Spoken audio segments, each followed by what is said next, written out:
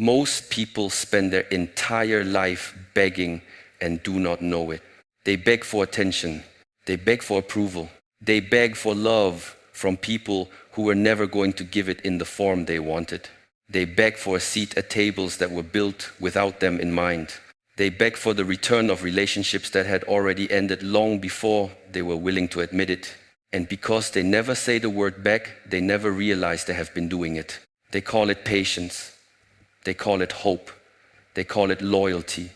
They call it giving people the benefit of the doubt. They call it faithfulness, second chances, keeping the door open, being the bigger person. But strip away the language. Look at the behavior. A grown man who checks his phone every 10 minutes, waiting for a reply that will never say what he needs it to say, is begging. A grown woman who softens her tone one more time in the hope that the man across the table will finally see her is begging. A person who works harder every year in the hope that the boss will finally notice is begging. A friend who keeps showing up for people who never show up for them is begging. The world does not respect begging. The world does not fear begging. The world does not become interested in someone who is asking for something the world has already decided not to give. But something changes the day a person stops. Something in the eyes, something in the walk, something in the way the voice arrives in the room. And suddenly, the same people who ignored the beggar find themselves paying attention to the person who no longer requires them to pay attention. That is the change you are here to make. In this speech, you will learn what begging actually looks like in modern life. You will learn why the world begins to respect you the exact moment you stop asking. You will learn what dies inside you the day the begging ends and what is born in its place. You will learn why the strongest people in the world are described as dangerous, not because they harm anyone, but because they can no longer be moved by any of the old strings. But be careful. Once the begging ends, you cannot go back. You will lose people. You will lose invitations. You will lose the version of yourself that other people preferred. And the version of you that rises in place of the beggar will be a stranger to most of the people who used to know you. That stranger is who you were always meant to be. Meet him. The first thing you must understand is that begging is rarely obvious. The beggar in modern life is not on the street. He is in the office. He is in the marriage. He is in the group chat. He is in the mirror at 3 a.m, rehearsing a message he is about to send to someone who has already forgotten his name. He begs with his time. He begs with his patience. He begs with his kindness. He begs with the small, endless offerings he makes to people who never asked for them and would not miss them if they stopped. You have been this person, not because you are weak, but because no one ever taught you the difference between generosity and begging. Generosity gives from a full self. Begging gives from an empty one, hoping the giving will refill what the other person keeps draining. Generosity does not need a return. Begging cannot survive without one. Look honestly at the last year of your life. The energy you spent maintaining relationships that no longer nourished you. The time you spent trying to be understood by people who were never going to listen. The care you invested in others while your own life quietly collapsed in the background. That was not love. That was not devotion. That was begging, dressed in the language of virtue. And the moment you can see it clearly, you can begin to stop. Hear this next truth. The world responds to whoever needs it least. This is not fair. This is not kind. This is not the way things should be. But it is the way things are, and no amount of protest changes it. The person who chases love is passed over. The person who does not chase is pursued. The person who begs for attention is background noise. The person who does not require attention becomes the room. The person who explains himself endlessly is doubted. The person who explains nothing is believed. You did not design this world. You do not have to like this world. But if you want to walk through it with any dignity, you have to understand its physics. And its physics are simple. The world moves toward whatever is not asking to be moved. The moment you become that person, the moment you stop broadcasting your need, everything begins to reorganize around you. The people who ignored you will look up. The The doors that stayed closed will crack open. The opportunities that seem to belong to other people will drift quietly into your direction. Not because you begged harder, because you stopped begging. The gravity of a life reverses the day the begging ends. The person who needed the room becomes the room. The person who chased the crowd becomes the reason the crowd gathers. The person who was passed over becomes the person whose passing over is noticed by everyone. None of this comes because you tried harder. All of it comes because you stopped trying at all in the direction of getting them and started walking quietly in the direction of yourself. You will not always understand why this works. You may find yourself wondering on some afternoons why the very thing you wanted so badly last year is now suddenly easier to find. And the answer will not be that the world became kinder. The answer will be that you stopped emitting the frequency of need and the world stopped mistaking you for prey. Prey is chased.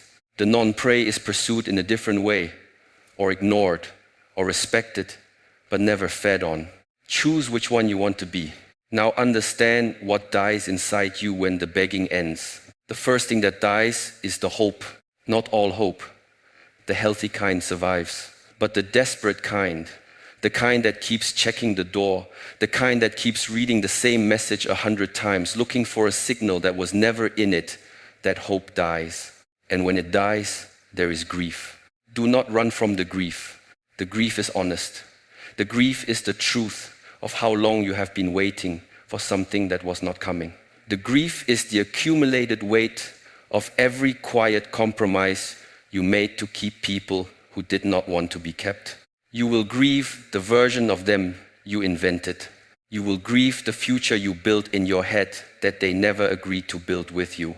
You will grieve the time you spent pretending they were becoming someone they had already decided not to become. Let it move through you. Sit with it. Do not distract yourself with new noise.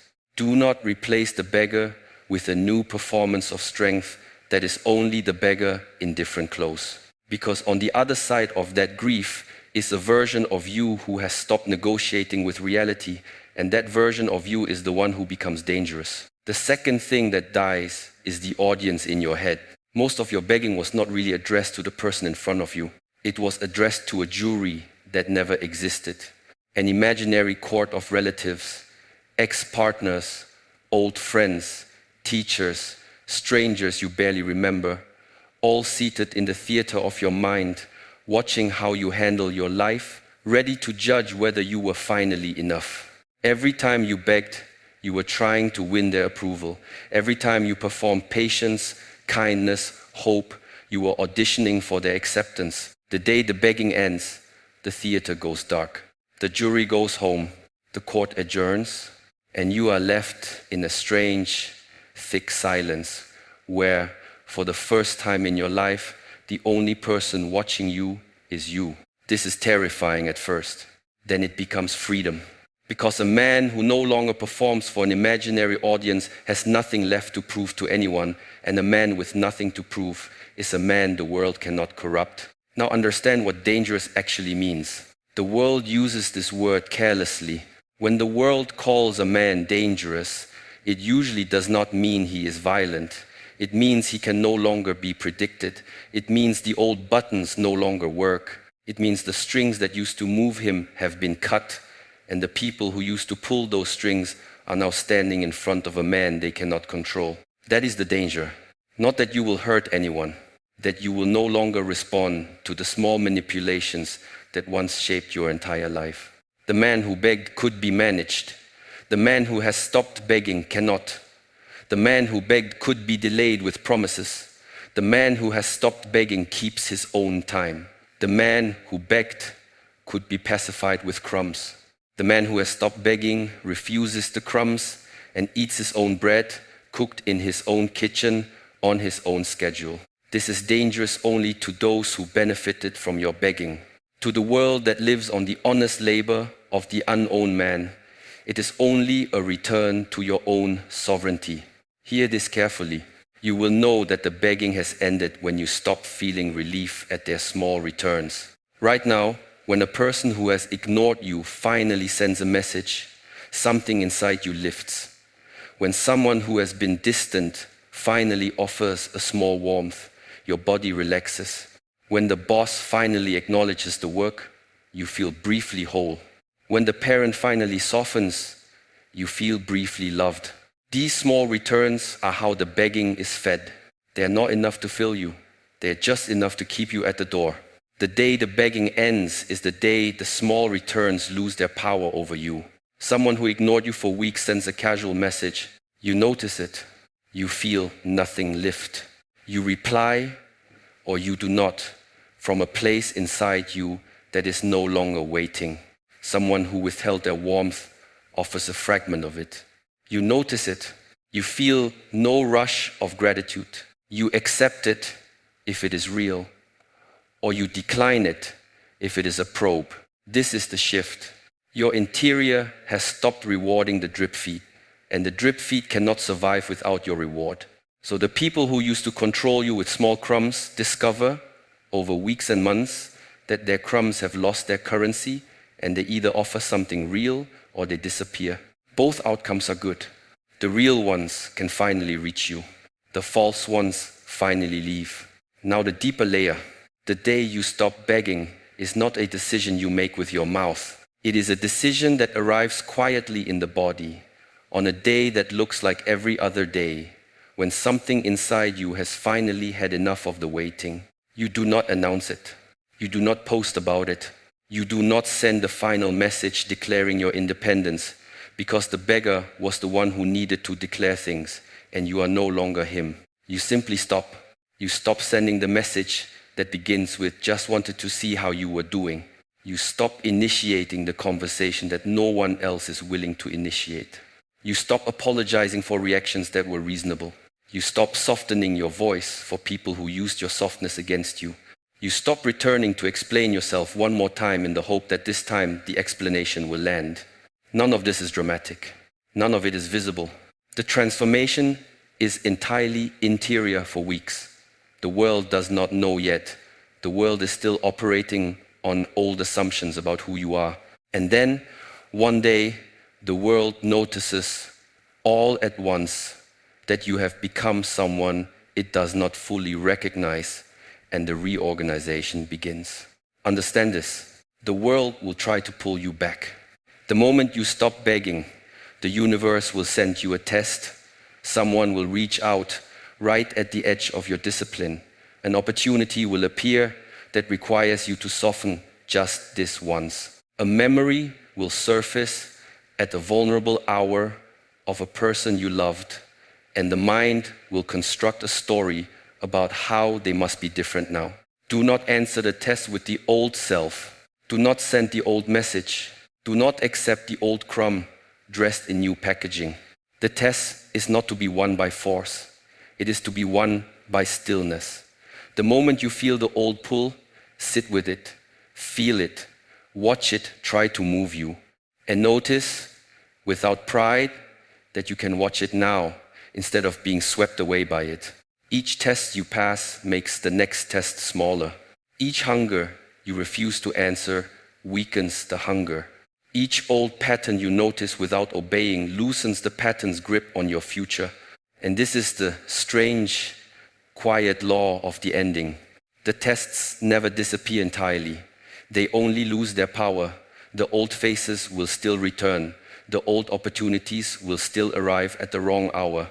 The old voice inside you that says just this once will still whisper. But every time you meet the voice with stillness instead of surrender, the voice grows softer, and the space between you and the old self grows wider, until one day you can barely hear the old self at all, and you realize you have not thought about them in weeks. That is when you know, that is when the ending has taken. That is when the beggar is buried, not by force, but by the slow accumulation of every no you finally kept. This is the discipline. This is how the beggar dies and the dangerous man wakes up, slowly, quietly, under no one's supervision but your own. Now hear this. When people describe the man who has stopped begging, they use the word cold.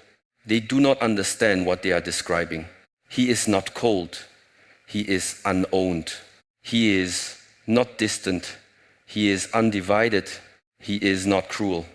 He is uncorrupted by their small offers. What they are calling coldness is the absence of the old warmth they used to control him with. The warmth that answered every message immediately. The warmth that agreed to plans he did not want to attend. The warmth that laughed at jokes that hurt him. The warmth that hugged people whose behavior did not deserve a hug. That warmth has gone somewhere. It has gone inside. It is being kept for people who have earned it, and for the work that needs it, and for the version of himself that has waited a long time to be treated with the care he used to give away for free. The withdrawal of that warmth from the wrong hands is what they call coldness. It is not coldness, it is precision. And the man who has learned this precision is no longer a public utility. He is no longer a shared resource. He is no longer available on demand to whoever remembers his number. He is his own, and being his own, he becomes, at last, the kind of man whose presence is a gift instead of a habit. That is danger, not violence, not cruelty, not the ability to hurt anyone. The refusal to be spent on the wrong people. Now realize what changes in your body when the begging ends. Your face changes. The small performance of eagerness that used to sit around your eyes fades. The forced softness in your smile becomes optional. The muscles that were held slightly tense in every conversation, ready to be pleasant no matter what was said, begin to rest. Your voice changes. It arrives lower in the chest. It moves at your own pace. It stops rising at the end of sentences to check whether the listener is still with you. It becomes a voice that speaks without asking permission to be heard. Your walk changes. You no longer scan rooms for approval. You no longer arrive with the small apology of a person unsure of their welcome. You enter, present, contained. And if the room does not want you, you leave. And neither the entering nor the leaving is a performance. Your silence changes. The old silence was a waiting silence. It sat inside you, hoping the other person would fill it with the words you needed. The new silence is a full silence. It does not need to be filled. It is complete on its own. And when others encounter it, they feel, without knowing why, that this silence is not asking anything of them, and that recognition changes how they behave. People will feel this. They will not always know what they are feeling. Some will call it confidence. Some will call it presence. Some will call it charisma. Some will call it, correctly, danger. You are not doing anything different from a stage. You are doing everything different from the inside. Hear this. The most extraordinary consequence of ending the begging is not what happens with other people. It is what happens with yourself. You begin to trust yourself again. You begin to believe your own instincts. You begin to act on the quiet inner signals that the begging used to override. For years, your interior said no, and you said yes anyway, because you were afraid the no would cost you something. For years, your interior said walk away, and you stayed, because staying was familiar and walking felt like failure. For years, your interior whispered the truth about a person, and you argued with it, because you had already invested too much to hear it. The day the begging ends, your interior stops arguing with you. It becomes an ally again. It speaks, and you listen, and the small distance between what you know and what you do begins to close, until one day there is no distance at all, and you are finally a whole person moving through the world in the direction your own soul has been pointing all along. This is the deepest gift of the ending. You come back to yourself. You return to a partnership with your own inner voice. You stop betraying your instincts to keep people who were never going to keep you. And that internal reunion is what the world reads as danger, because a man in full alignment with himself cannot be talked out of himself, and there is no manipulation known to humans that can move a man who has stopped fighting his own knowing. So begin today. Begin with one small end. The message you are about to send, do not send it. The invitation you are about to accept out of guilt, decline. The explanation you were about to offer to a person who has heard enough of your explanations, keep. the hope you are about to renew for the 10th time, retire. None of these small ends will feel powerful in the moment. They will feel like loss. They will feel like giving up. They will feel like the closing of doors that were the only doors you knew. Let them close. Behind them, other doors are already opening, doors you have not yet learned to see, because the beggar in you was too busy pressing against the closed ones to look around at the whole rest of the building. There is a whole rest of the building. There is a whole rest of your life. There is a whole rest of yourself waiting on the other side of the day you stop asking for what you were meant to become. So stop asking. Stop waiting. Stop refining the perfect way to request what should have been given freely long ago. Take it or leave it behind or build it yourself. You were not born to beg your way into a life that was already promised to you by your own capacity. You were born to walk in and take it quietly on your own schedule, without asking anyone to confirm that you were allowed. The day you stop begging is the day you become dangerous. Dangerous to the small people who lived on your patience. Dangerous to the old self that lived on their approval. Dangerous to every unspoken agreement that kept you smaller than you were. Dangerous to the parts of the world that only knew how to use you when you were asking for their permission. But safe, finally, safe to the life that has been waiting behind that ending for a very long time. Hear this last instruction. You will not become dangerous by trying to become dangerous. You will become dangerous by refusing to keep asking, by refusing to keep explaining, by refusing to keep hoping in the direction that has never once returned your hope. The transformation is not aggressive, it is negative. It is a series of small subtractions. You subtract the message you were about to send. You subtract the excuse you were about to make for someone. You subtract the reaction you were about to have to a wound that no longer deserves your energy. And in the subtracting, without noticing, you become a fuller person than you have ever been in your life. The full man is dangerous. The empty man is not. The full man is dangerous because he no longer needs anything from the small hands that used to move him, and there is no known technique in the world for controlling a man who does not need what you have. Become that man. Walk into it. Do not knock. The door was never locked. You were only asking for permission to enter a house that was already yours.